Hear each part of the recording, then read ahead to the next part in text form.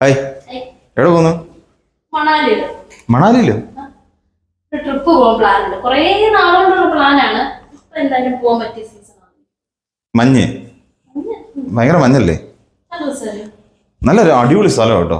ആണുങ്ങൾ പോയിരിക്കേണ്ട സ്ഥലമാണ് നമ്മുടെ ലൈഫില്. പോയിരിക്കാനല്ല ഞാൻ പറഞ്ഞത്, അവിടെ പോയി കാണേണ്ട ഒരു സ്ഥലമാണ്. പക്ഷെ സ്ത്രീകൾ ഒറ്റയ്ക്ക് അവിടെ പോകുന്നത് ശരി? ഒറ്റയ്ക്കാണോ പോകുന്നത്? അവിടെ ഒന്നാമത് ഈ മഞ്ഞും അത് പിന്നെ വാരി എറിയണം. പിന്നെ അതൊക്കെ എന്തായിരുന്നാലും ഇപ്പോഴത്തെ ഒരു പ്രശ്നം ഈ സോഷ്യൽ മീഡിയ ഇത്രത്തോളം ഈ പുരോഗമിച്ച് നിൽക്കുന്നതുകൊണ്ടേ എല്ലാവർക്കും ഈ അവിടെ പോയി കഴിഞ്ഞാൽ ഒരു റീൽ എടുക്കുന്നതൊക്കെ പതിവാണ്. അതൊക്കെ പിന്നെ ആൾക്കാരെ കണ്ടാൽ മോശം. അതുകൊണ്ടാണ് ഞാൻ പറഞ്ഞത്. നഫീസുമ്മയുടെ മാത്രം പ്രശ്നമല്ല, അതല്ല ഞാൻ പറയുന്നത്. സ്ത്രീകൾ അങ്ങനെ ഈ സ്വാതന്ത്ര്യത്തോടു കൂടി അല്ലെങ്കിൽ സ്ത്രീകൾ ഇങ്ങനെ ഇതോടുകൂടി പെരുമാറുന്ന വലിയ ബുദ്ധിമുട്ടുള്ള കാര്യം. എവിടെ പോകുന്നു? താഴാണോ ലിഫ്റ്റ്? ലിഫ്റ്റ് താഴാണോ? ഞാൻ വരും.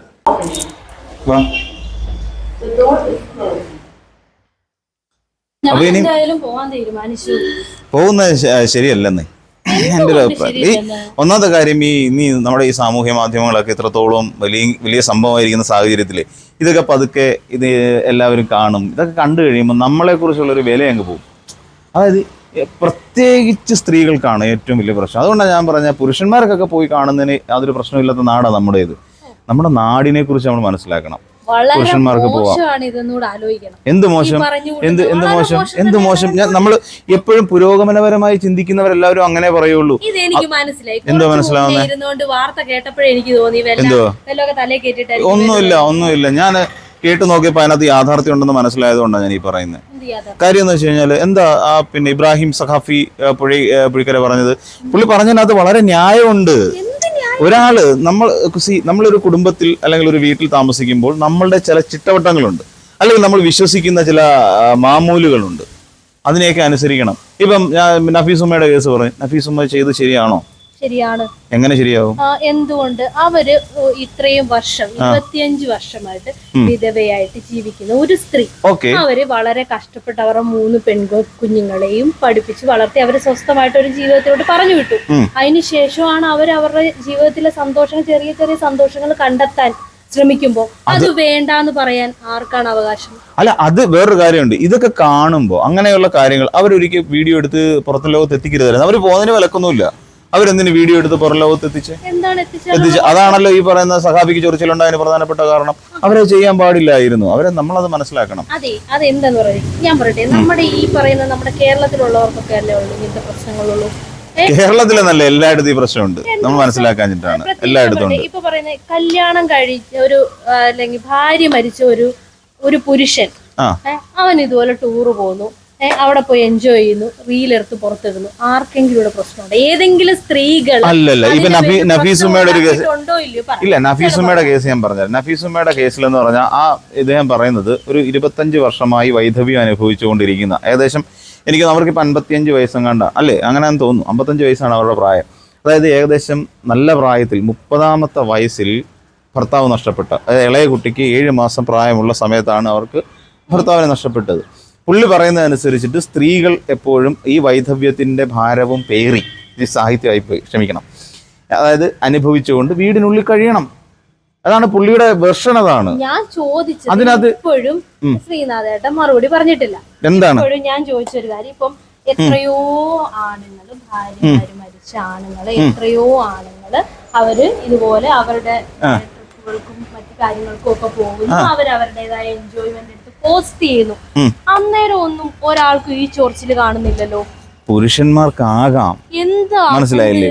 പുരുഷ കേന്ദ്രീകൃതമായ കാരണവന്മാർക്ക് അടുപ്പിലും ആകാം. അതല്ല, ഇത് നമ്മുടെ വ്യവസ്ഥകൾ എന്ന് പറഞ്ഞാൽ ഒരു എവിടെ പോവാ? പുരുഷ കേന്ദ്രീകൃതമായ വ്യവസ്ഥയാണ്. ആദ്യം അത് മനസ്സിലാക്കുക. ഇതൊരു പുരുഷ കേന്ദ്രീകൃതമായ വ്യവസ്ഥയിൽ നിന്നുകൊണ്ട് ചിന്തിക്കുമ്പോൾ ആ പറയുന്ന പുരുഷന്മാരെന്ത് പറയുന്നു അത് അപ്പാടെ അനുസരിക്കണം. മതകേന്ദ്രീകൃതമായ ഒരു വ്യവസ്ഥ കൂടിയുണ്ട് നമുക്ക്. അതായത് മതം എന്ത് പറയുന്നു അത് നമ്മൾ അനുസരിക്കണം എന്ന് പറയുന്ന സിസ്റ്റം ഉണ്ട്. ഇതൊക്കെ നമ്മൾ പഠിച്ചിരിക്കണം. മതം മാത്രം പറയാൻ പറ്റില്ല. ഇപ്പൊ കഴിഞ്ഞ ദിവസം രേണു സുധിയുടെ ഒരു വീഡിയോ, അല്ല സുധിയുടെ വൈഫ്, കൊല്ലം സുധിയുടെ ഞാൻ ഒരു വൈഫിന്റെ മറ്റേ ദാസേട്ടൻ കോഴിക്കോടുമായിട്ട് ചേർന്നിട്ടുള്ള ഒരു കവർ സോങ് പുറത്തിറങ്ങിയപ്പോ, പക്ഷെ ഇത് എനിക്ക് തോന്നുന്നു അതിനകത്ത് ഒരു പരിധി വരെ അവര് ഏറ്റവും കൂടുതൽ ഒരു സൈബർ ബുള്ളിങ് നേരിട്ടിട്ടുള്ള ഒരു സ്ത്രീയാണ്. അതെ അതെ, തുടക്കം മുതൽ തന്നെ ഉണ്ട്. പക്ഷെ ഈ പ്രാവശ്യം ഉണ്ടല്ലോ, അവരുടെ ഈ വീഡിയോയ്ക്കൊന്നും അധികം നെഗറ്റീവ് കമന്റ് ഇല്ല. ഒരുപാട് പേര് അവരെ സപ്പോർട്ട് ചെയ്യുന്നു, ഒരുപാട് പേര് സപ്പോർട്ട് ചെയ്യണം. എന്റെ അഭിപ്രായത്തിൽ അവരെ സപ്പോർട്ട് ചെയ്യണം. ഇതേപോലെ തന്നെ കുറച്ച് നാൾ വേറൊരു സംഭവം ഉണ്ടായിരുന്നല്ലോ, അതായത് സ്ത്രീകൾ ജിമ്മിൽ പോവരുത് എന്ന് പറഞ്ഞൊരു നമ്മളത് ചർച്ച ചെയ്തായിരുന്നു. സ്ത്രീകൾ ജിമ്മിൽ പോകരുത്, മറ്റേ മെക്സവിനുമായിട്ട് ബന്ധപ്പെട്ട് വന്നു. നമ്മുടെ ലിനി സിസ്റ്ററുടെ ഹസ്ബൻഡ് കോഴിക്കോട്, അവര് രണ്ടാമത് വിവാഹം ചെയ്ത സമയത്തും ഇതുപോലെ ആ ആള് രണ്ടാമത് വിവാഹം ചെയ്തപ്പോൾ ഇതുപോലെ തന്നെ ഭയങ്കരമായിട്ട് സൈബർ അറ്റാക്ക് ഉണ്ടായിട്ടുണ്ട്.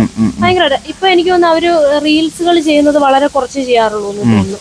കാരണം അവരും ഇതേ പ്രശ്നം ഫേസ് ചെയ്തിട്ടുണ്ട്. അതായത് ഒന്നാമത്തെ അതിന്റെ പ്രധാന പ്രശ്നം എവിടെയാണെന്നറിയോ, ഒന്ന് നമ്മുടെ അതിനകത്ത് ഞാൻ മനസ്സിലാക്കിയ ഒരു വിഷയം ഉണ്ടല്ലോ, ഈ പറഞ്ഞത് ഇപ്പം സ്ത്രീ ആയതുകൊണ്ടോ പുരുഷനായതുകൊണ്ടോ അല്ല, ഈ ഒരു കൺസെപ്റ്റ് മീൻസ് ഒരു കൺസെപ്റ്റ് ഇങ്ങനെ പലരുടെയും മൈൻഡിലുണ്ട്. അതായത് ഭർത്താവ് മരിച്ചു കഴിഞ്ഞാൽ ഭാര്യ ഒതുങ്ങിക്കൂടി ജീവിക്കണം, പണ്ടത്തെ ഒരു രീതി ഉണ്ടല്ലോ. ഇന്നും അത് ഫോളോ ചെയ്യുന്നവരും ഇന്നും അത് വിശ്വസിക്കുന്നവരും കുറച്ച് കൂടുതലായിട്ട് ഇന്നും ഈ സമൂഹത്തിൽ എനിക്ക് തോന്നുന്നു. പണ്ട് അതായത് ഇവിടെ വിധവാ വിവാഹത്തെ പ്രോത്സാഹിപ്പിക്കാൻ വേണ്ടി ഇവിടെ ഒരുപാട് കാര്യങ്ങൾ ചെയ്തിട്ടുണ്ട്. വിധവാ വിവാഹം നടത്തണം എന്ന് പറഞ്ഞുകൊണ്ട് ഒരുപാട് സമരം ചെയ്തിട്ടുണ്ട്.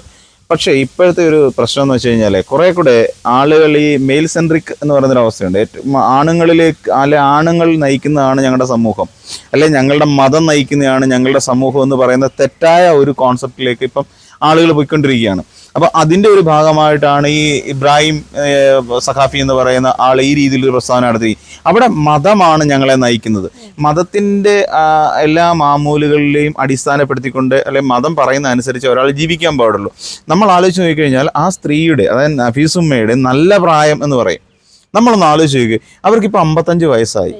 കഴിഞ്ഞ 25 വർഷമായിട്ട് നല്ല പ്രായത്തിൽ വിധവയായിട്ട് അവരൊറ്റയ്ക്ക് ജീവിക്കുകയായിരുന്നു ആലോചിക്കുന്നത്. അവിടെ പുനർവിവാഹത്തെക്കുറിച്ച് അവർക്ക് ചിന്തിക്കാൻ പോലും പറ്റാത്തൊരു സാഹചര്യം. അവര് മറ്റു പലയിടങ്ങളിലും വീട്ടുവേല ചെയ്തും ഒക്കെ കൂലിപ്പണി ചെയ്തിട്ടും സ്വന്തം മക്കളെ 3 പേരെ വളർത്തി വലുതാക്കി പഠിപ്പിച്ച് വിവാഹം ചെയ്തു. ഇവരെടുത്തൊരു ത്യാഗത്തെക്കുറിച്ച് നമ്മളൊന്ന് ആലോചിച്ച് നോക്കണം. അതിനെക്കുറിച്ച് എവിടെയും പറയുന്നില്ല. ഇത് ഈ സഖാഫി ഒരിക്കൽ അതിനെക്കുറിച്ച് മൈൻഡ് പോലും ചെയ്യുന്നില്ല. ആ ഉമ്മയെടുത്ത ഒരു ത്യാഗമുണ്ട്, അതൊരു വലിയ സംഭവം തന്നെയാണ്. ഞാൻ തുടക്കത്തിൽ അങ്ങനെ പറഞ്ഞെങ്കിൽ തന്നെയും ആ ഉമ്മ എടുത്തിരിക്കുന്ന ഒരു എഫർട്ട് ഉണ്ട്. ആ മക്കളെ 3 മക്കളെയും പഠിപ്പിക്കുക, അവരെ വലുതാക്കുക, എന്നിട്ട് അവർക്ക് നല്ല ജോലി, വിവാഹം എന്നൊക്കെ പറയുന്ന ഒരു വലിയ കോൺസെപ്റ്റാണ്. അതൊരു വലിയ സംഭവമാണ്. പിന്നെ ഈ പറയുന്ന രേണു എന്ന് പറയുന്നത് എന്തുകൊണ്ട് പറ്റില്ല, അതാണ് ഏറ്റവും വലിയ ചോദ്യം. എന്തുകൊണ്ട് പറ്റില്ല? അവർക്ക് അവരുടെ ഇഷ്ടങ്ങളിലേക്ക് പോകാൻ എന്തുകൊണ്ട് കഴിയുന്നില്ല? അവർക്ക് അവരുടേതായ ഇഷ്ടമുണ്ട്. ഈ പറയുന്ന ഏതെങ്കിലും നാറികന്മാര്, ഈ പറയുന്ന ഇവരെ കുറ്റം പറയുന്നവർ എന്തെങ്കിലും 1 രൂപയുടെ ഉപകാരം ഇവർക്കുണ്ടായിട്ടുണ്ടോ? ഈ പറയുന്ന കൊല്ലം സുധി മരിച്ച സമയത്ത് പുള്ളി ഭയങ്കരമായിട്ട് അങ്ങ് സോഷ്യൽ മീഡിയയിൽ ആ സമയത്തൊക്കെ ഭയങ്കര കണ്ണീരും സഹതാപവും. പക്ഷെ അതിനുശേഷം അവരുടെ കുടുംബം എങ്ങനെ ജീവിച്ചു ഒരാളെങ്കിലും അന്വേഷിച്ചിട്ടുണ്ടോ? ആ ലക്ഷ്മി നക്ഷത്രം എന്ന് പറഞ്ഞ പെങ്കൊച്ചിനെ എന്തെല്ലാം പറഞ്ഞു വരുത്തി ഇല്ലേ? സെന്റിമെന്റ്സ് അടിച്ച് കാശുണ്ടാക്കാൻ ശ്രമിക്കുന്നു, അങ്ങനെ ചെയ്യുന്നു, ഇങ്ങനെ ചെയ്യുന്നു എന്നൊക്കെ പറയാം. എന്തെല്ലാം അതിന്റെ ആ പെങ്കൊച്ചിന്റെ പേര് തന്നെ പ്രശ്നങ്ങളുണ്ടാക്കി. ഇതൊക്കെയാണ് ശരിക്കും പറഞ്ഞു കഴിഞ്ഞാൽ ഇവിടെ ഒരു ഈ മെയിൽ ഷോവനിസം എന്ന് പറയുന്ന സംഭവം അതാണ് നടന്നുകൊണ്ട് പോകുന്നത്. അപ്പോൾ അങ്ങനെയുള്ള സ്ഥിതിക്ക് എന്തായാലും ആര് പറഞ്ഞെന്ന് പറഞ്ഞാലും എനിക്ക് ഇഷ്ടമുണ്ടെങ്കിൽ ഞാൻ പോകും. എനിക്ക് ഇഷ്ടമുണ്ടെങ്കിൽ ഞാൻ പോകും. എനിക്ക് എൻജോയ് ചെയ്യാൻ തോന്നുന്നുണ്ടെങ്കിൽ ഞാൻ എൻജോയ് ചെയ്യും. റീലും എടുക്കും, പോസ്റ്റും ചെയ്യും. ആർക്കെങ്കിലും കണ്ണുകടി ഉണ്ടെന്നുണ്ടെങ്കിൽ ഒറ്റയ്ക്ക് ഇരുന്ന് ചൊറിഞ്ഞോണം. പറഞ്ഞത് ശരിക്കും പറഞ്ഞ എന്തോ ആ സഖാഫിയോടായിരിക്കും മൊത്തത്തിലുള്ള അല്ല. എനിക്ക് വലിയ പ്രശ്നമൊന്നുമില്ല, എനിക്ക് വലിയ ചൊറിച്ചിലൊന്നും വരാൻ സാധ്യതയില്ല. ഈ ചൊറിച്ചിലുള്ള മരുന്ന് കഴിച്ചിട്ട് ഞാൻ നടക്കുന്നത്, അതുകൊണ്ട് യാതൊരു പ്രശ്നമില്ല. എന്നാ പിന്നെ മണാലിക്ക് പോകാൻ ഇറങ്ങിയല്ലേ, വൈകണ്ട, വിട്ടോ. അവിടെ പോയി മഞ്ഞ് മേളോട്ടെറിയുന്ന ഒരു റീൽ എടുത്തൊന്ന് പോസ്റ്റ് ചെയ്തേക്കണം.